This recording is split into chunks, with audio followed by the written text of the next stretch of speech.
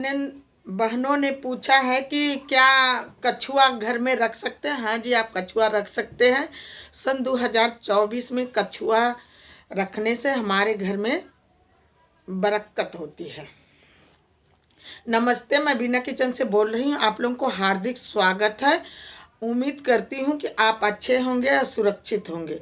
कछुआ के विषय में बात करते हैं कि कछुआ कैसे रखते हैं। कछुआ क्या शीशे के रख सकते हैं, तांबे के रख सकते हैं, पीतल के रख सकते हैं, क्या स्टील के।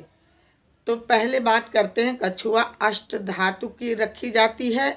और जब कोई हर उपाय करके आप थक गए हैं तो अष्ट धातु का बहुत बड़ी नहीं, एक छोटी सी, मतलब बहुत छोटी सी ही ये कछुआ की ले करके एक लाल कपड़े में लपेट करके मंदिर में ही रख दीजिए। जैसे आपकी मनोकामना उस कछुआ के कान के पास बोल के ही कि हमारी ये मनोकामना पूर्ण हो जाए, तो हम आपको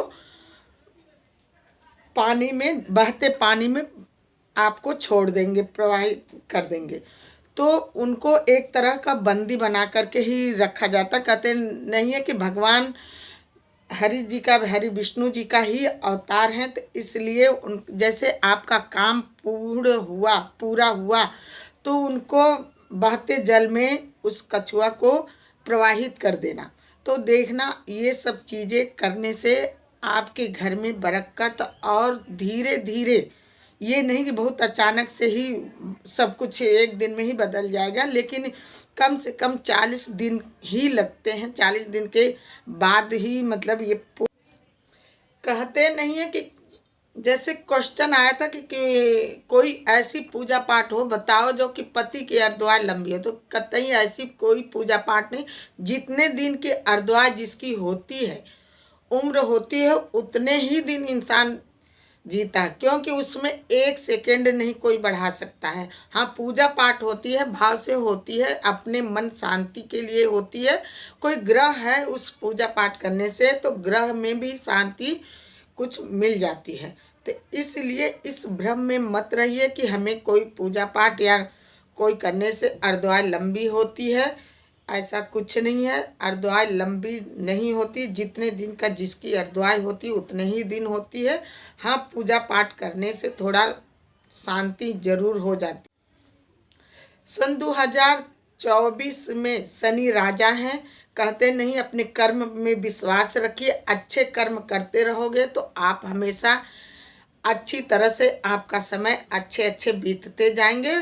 कर्म पर विश्वास रखना, कर्म ही सबसे बड़ा प्रधान है, कर्म ही पूजा है। क्योंकि कर्म के अलावा ये सोचते रहो कि हम कर्म सारे उल्टे करते रहें तो फल हमें उसके अच्छे मिलते रहें, कतई ऐसा नहीं होता है।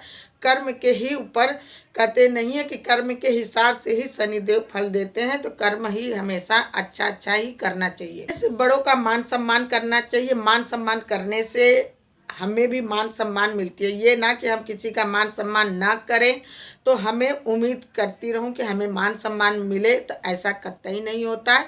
अपने घर में जितने बड़े बूढ़े हैं सबका मान सम्मान करना चाहिए।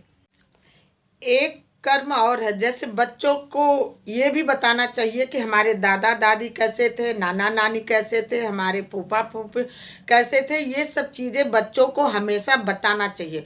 बच्चों को अपने ही घर के जो नियम कानून है उनको हमेशा कुछ न कुछ नए तरीके से उनको बताते रहने चाहिए। और जब रोज रोज बताने से बच्चों को कुछ न कुछ जरूर सीखते जाएंगे। ये बहुत बड़ा हमारा कर्म है।